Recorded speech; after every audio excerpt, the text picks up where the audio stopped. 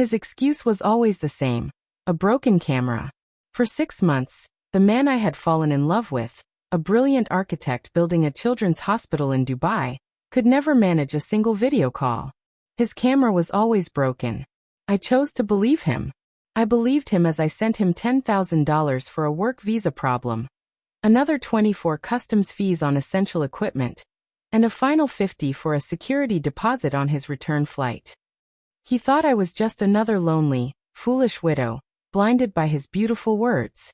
He had no idea my entire 30-year career as an art curator was built on one skill: authenticating masterpieces and exposing fakes. And he certainly had no idea I was about to turn that skill, with all its quiet, meticulous, and relentless precision, on him. This is the story of a man who created a fictional masterpiece of a life and a woman who was about to expose every fraudulent brushstroke. If you believe that the truth is always in the details, subscribe now and hit the notification bell, because you are about to see a con artist get officially and publicly de-authenticated. Part 1. The email arrived as it always did, in the deep quiet of the early morning, a small beacon of light in the lonely darkness of my new life. My darling Carol, it began. The sun is just rising over the desert here, and my first thought, as always, was of you. His name was Alex, and his words were the architecture of my days. For the 6 months since my forced retirement from the museum and the 1-year anniversary of my husband's passing, Alex's emails were the one thing I had to look forward to. They were my coffee in the morning, my glass of wine at night. He was an architect, a widower, working on a humanitarian project building a state-of-the-art children's hospital in Dubai. His profile on the elite dating app Silver Linings was a tapestry of everything a woman like me would find irresistible. Photos of him looking thoughtful on construction sites, pictures of his adorable golden retriever Max, who was staying with a friend while he was on this noble assignment. His prose was intelligent, romantic, and deeply empathetic. He understood the nuances of my grief for my husband, a grief that had hollowed out the center of my life, leaving a space that was dangerously empty. We had never spoken face to face. The broken camera was a recurring, frustrating theme. First, his laptop camera had inexplicably failed. Then, the front-facing camera on his new phone had been damaged in a sandstorm. There was always a plausible, technically detailed reason. I, a woman who had spent her life curating physical objects, was not a digital native. The excuses seemed frustrating, but ultimately believable. His voice on the phone was a deep, reassuring baritone, and it was enough. I clung to that voice. The requests for money had started small. A few $100s for a birthday gift for his son, who was away at university in London. It was a test, I see now, a way to gauge my empathy and my means. I had sent it gladly. Then came the bigger sums, each tied to a dramatic, high-stakes problem with the hospital project. A critical shipment of medical equipment held up in customs. A payroll shortfall for his local workers. Each story was intricate, detailed, and designed to make me feel like his partner, his confidant, the one person who could help him achieve his noble goal. I was not just sending money. I was investing in his dream, in our dream. The final request was the largest, $50,000. It was an exit bond required by the Emirati government, a final piece of red tape before he could collect his multi-million-dollar paycheck and finally, come home to me in California. I had sold a small, beloved painting I had inherited from my parents to get the money. It was the last significant asset I had, besides my house. My finger trembled as I hovered it over the confirm transfer button on my bank's website. A voice, a tiny, rational whisper from the woman I used to be, the meticulous, detail-oriented curator, was screaming at me. This is wrong. This is foolish.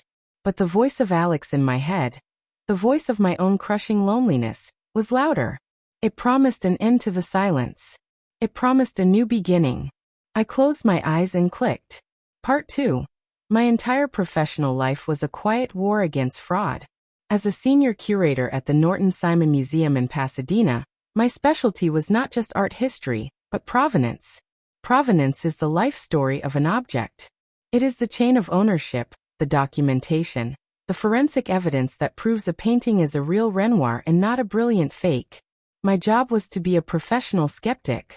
I was a detective whose crime scenes were canvases, and whose clues were the chemical composition of pigments, the weave of the canvas, the subtle, almost invisible tells of a forger's brushstroke.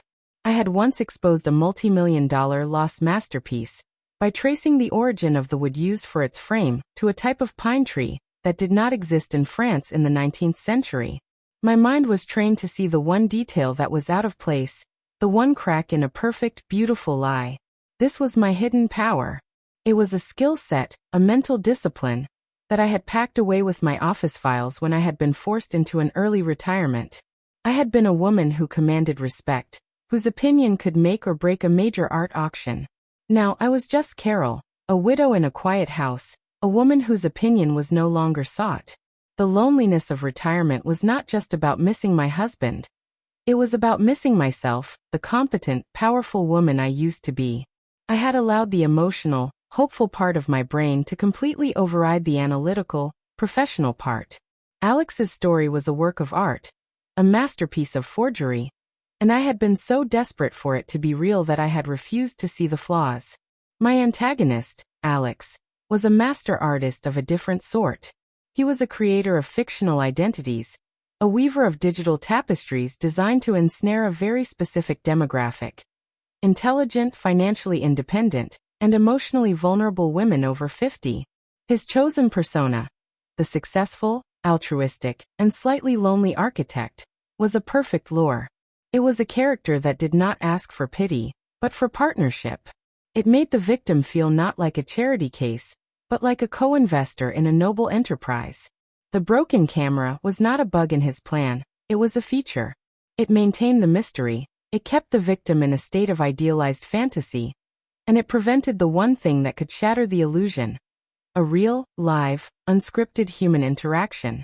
He was a ghost in the machine, a brilliant forger who had created a perfect, desirable life story out of thin air.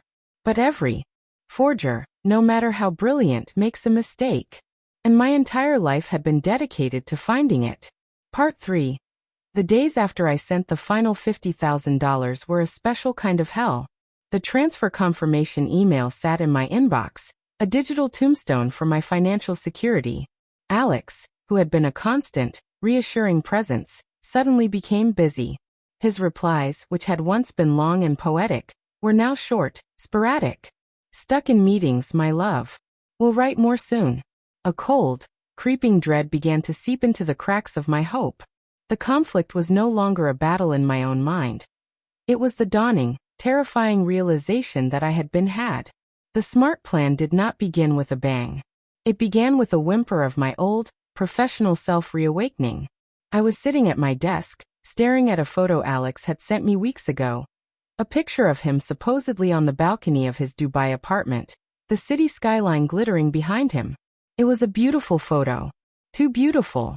Something about the lighting, the perfect composition, felt staged. On a whim, I did something I hadn't done in years. I began a provenance check. My first step was a simple one. A tool I knew scammers had become wise to, but a necessary first step nonetheless. I did a reverse image search on Google. As expected, nothing. The image was not a common stock photo. This was a more sophisticated operation. The obstacle was the curated perfection of his digital identity. He had created a clean, untraceable world. But no world is truly clean. I began to look at his photos not as a lover, but as a curator. I zoomed in. I enhanced the resolution. I looked for the details he had overlooked. In the reflection on the glass of the balcony door behind him, I could just make out a distorted sliver of the room's interior. It was a hotel room. And on the wall, a piece of generic, corporate art. This was the first thread. It wasn't much, but it was something. I began a new, obsessive research project. I started searching for the internal art collections of every luxury hotel in Dubai. For 2 days, I scoured online galleries and archives, my old professional skills slowly, painfully coming back to life. I felt the familiar thrill of the hunt, a feeling I had thought was gone forever. And then I found it. The painting. It was part of the permanent collection of the Jumeirah Emirates Towers Hotel. The photo had not been taken from a private apartment. It had been taken from a hotel room that could be traced. The conflict was now a specific, solvable research problem. I was no longer a victim waiting for a call. I was an investigator, back on the case. Part 4. The ticking clock was Alex's inevitable disappearance. I knew the moment he successfully laundered that final 50,000. He would be gone, his email address deleted, his profile removed, his digital ghost vanishing forever. I had to work fast. The discovery of the hotel was a major breakthrough, but it was also a potential dead end. How could I, a private citizen, get the guest records for a specific room from a 5-star hotel in a foreign country? This was where a new subplot, a new alliance, became necessary. I knew I couldn't do this alone. I swallowed my pride, the thick, bitter pill of my own shame, and I reached out. Not to the police, not yet. I reached out to a woman whose work I had admired from afar, a former investigative journalist named Rebecca Bex-Jones, who ran a small but fierce online community called Scamfishers. Her group was a network of victims, amateur sleuths, and a few tech-savvy white hats who dedicated their spare time to hunting people like Alex.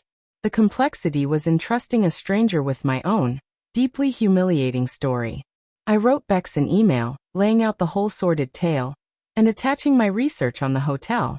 I felt vulnerable, exposed. Her reply came in less than an hour. It was short, and to the point. "Welcome to the fight, Carol. You've done good work. Now let's find this bastard." Bex and her community became my secret army. They had resources I didn't. One of her members was a retired hotel security expert who knew the back channels. Another was a data analyst who knew how to mine public records. The SMART plan was no longer a solo mission. It was a crowdsourced, global investigation. The pressure was still immense, but for the first time in months, I was not alone. Part 5. While the Scamfishers worked their magic, my job was to keep Alex on the line. I had to play the part of the trusting, loving woman, even as my heart was a cold, hard knot of fury. This was the hardest part.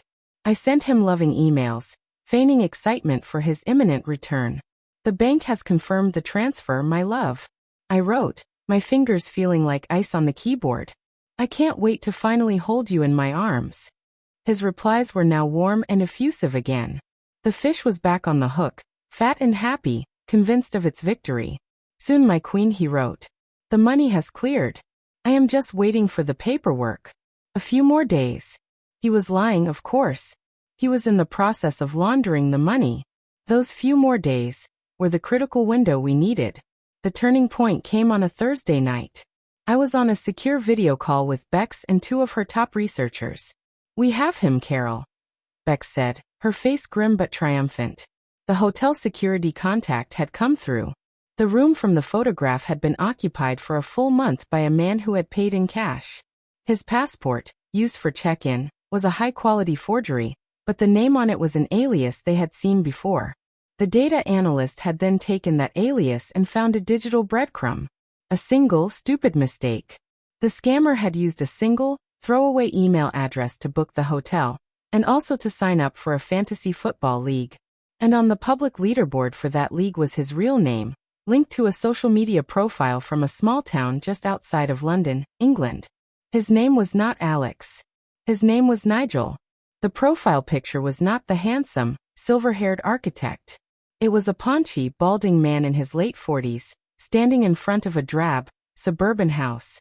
This was the man who had called me his queen. This was the man who had stolen my life.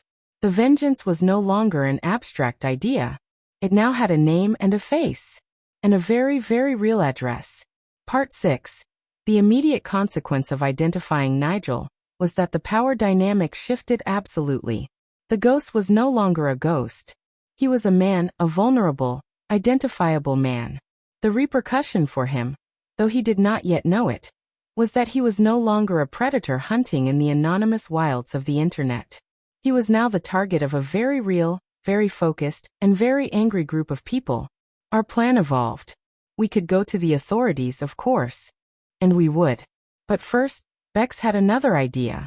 A form of justice that was faster, more personal, and far more devastating to a man like Nigel. "Scammers like this thrive in the dark," she explained. "They rely on their victims' shame to keep them safe. We are going to turn on the lights." My role in this new phase was critical. I was no longer just the bait. I was to be the face of the counterattack. Bex asked me to do something that terrified me to my core. To tell my story. Publicly. We would not just expose Nigel. We would use his own tactics against him. We would create a narrative.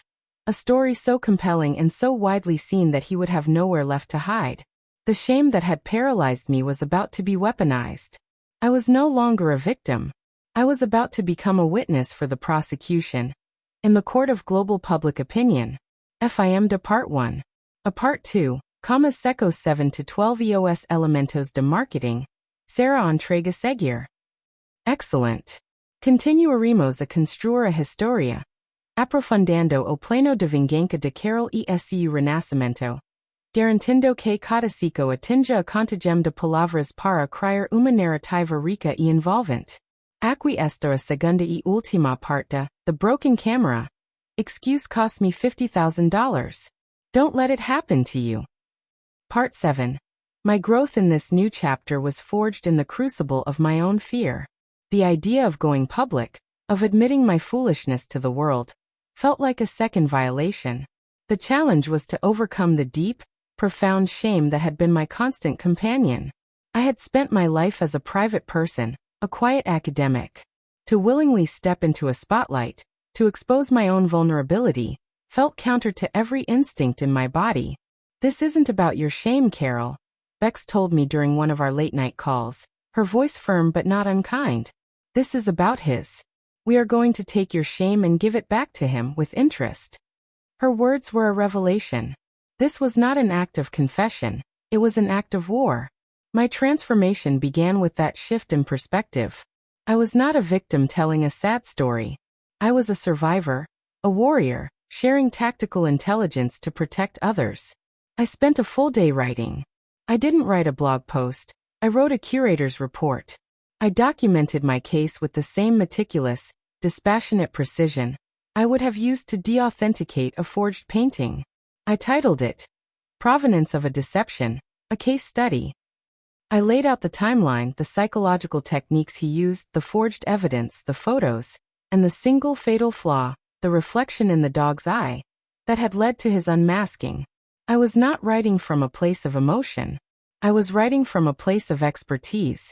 I was overcoming my own sense of powerlessness by reclaiming my professional identity. I was no longer a lonely widow who had been scammed. I was a professional authenticator who had uncovered a fraud. This document, this case study, became my shield and my sword. I sent it to Bex. She read it in silence. This is it, she finally said, her voice full of a new respect. This is not a victim's blog post. This is an indictment.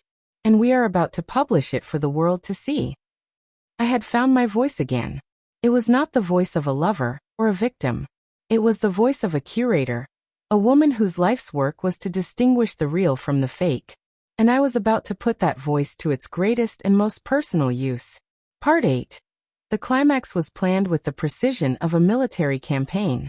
Bex and her team at Scamfishers prepared for a coordinated, global information blitz. Our target was not just Nigel, it was the entire ecosystem that allowed him to thrive. Our preparation involved several key steps. First, Bex's white hat hackers created a simple, elegant, and highly shareable website. It was a single page, featuring my provenance of a deception report. It included the photos of Alex, the photos of the real Nigel, and a map showing the fake locations he had used versus his real one. Second, Bex wrote a press release, a professional, journalistic summary of the case, and prepared to send it to every major news outlet in the US and the UK. Third, and most importantly, her team used their skills to compile a list of Nigel's other potential victims. Women in his network who fit the same demographic profile. Women he was likely grooming or actively scamming. The tension was in the coordination. We were preparing to launch a multi-pronged attack. The website would expose him to the public. The press release would bring the mainstream media. And a series of private, anonymous emails would alert his other victims, effectively burning his entire network of potential targets to the ground in a single, fiery instant. The final piece of my personal preparation was a single email. I drafted it myself. It was addressed to Alex. It was short, and it was the only communication I would ever have with him again. It was not an attack. It was a curator's final note on a piece that had been officially, and permanently, declared a fake. Part 9. At 9 a.m. Pacific Standard Time, a time Bex had calculated for maximum media impact in both the US and the UK, we launched. The website went live. The press release was sent. The anonymous warning emails were dispatched. And at 9:01, I sent my final email to the man who had called me his queen. Subject: Provenance Report. Case File 1138, The Architect. Dear Nigel, it began. For the past 6 months, I have been in receipt of a series of communications and digital artifacts from a persona known as Alex, who claimed to be a widowed architect in Dubai. As a professional authenticator, it has been my unfortunate duty to assess the validity of this persona. My findings are conclusive. The persona is a forgery. I went on in cold, clinical, curatorial language to detail the inconsistencies. The photographic evidence, Exhibit A, was found to be digitally sourced from the social media profile of a Mr. Henrik Larsson.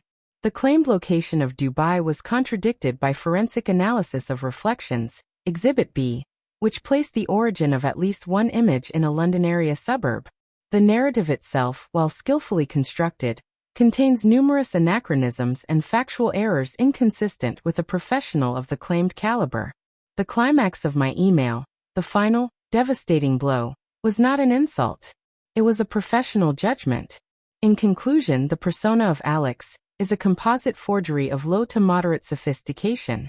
Its creator, a Mr. Nigel Davies of Essex, England, while demonstrating a certain flair for narrative, lacks the attention to detail required for a truly convincing work.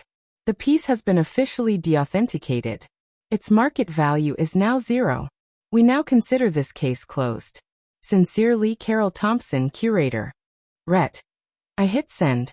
And in that moment, in his drab suburban home outside of London, Nigel Davies, the man who thought he had just secured his biggest payday, received an email that was not from a heartbroken lover, but from a curator, a professional, a woman who had just formally, and with excruciating, academic precision, declared him and his entire life's work to be a worthless fake.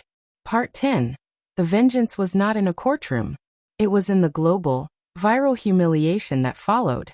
Hashtag Nigel the Nefarious, as the British tabloids gleefully dubbed him, became an international symbol of the romance scammer. His face was everywhere. The story of the curator who caught the con man was irresistible. He was publicly shamed, his name and face plastered across the internet. The local police, spurred by the media attention and the multiple complaints that now poured in from the other women we had warned, arrested him. His quiet, profitable life of crime was over. The long-term consequence for me was a strange and unexpected new chapter. The Scamfisher's website was flooded with traffic.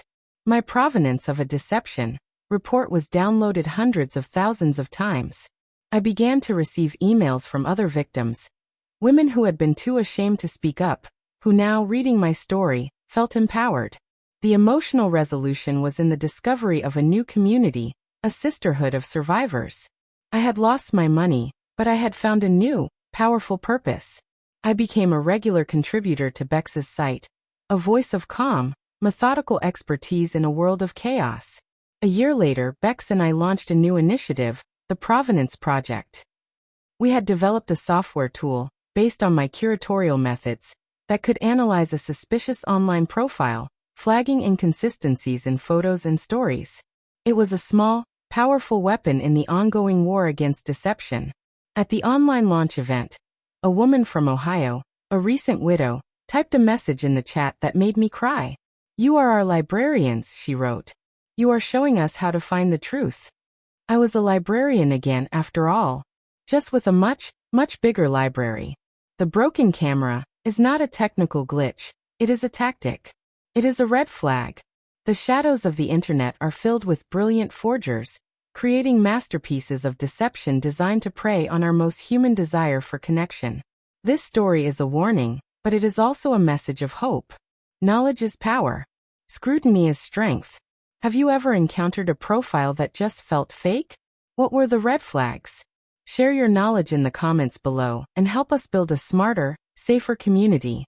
If this story of a woman who turned her professional skills into a weapon for justice inspired you, please like and subscribe.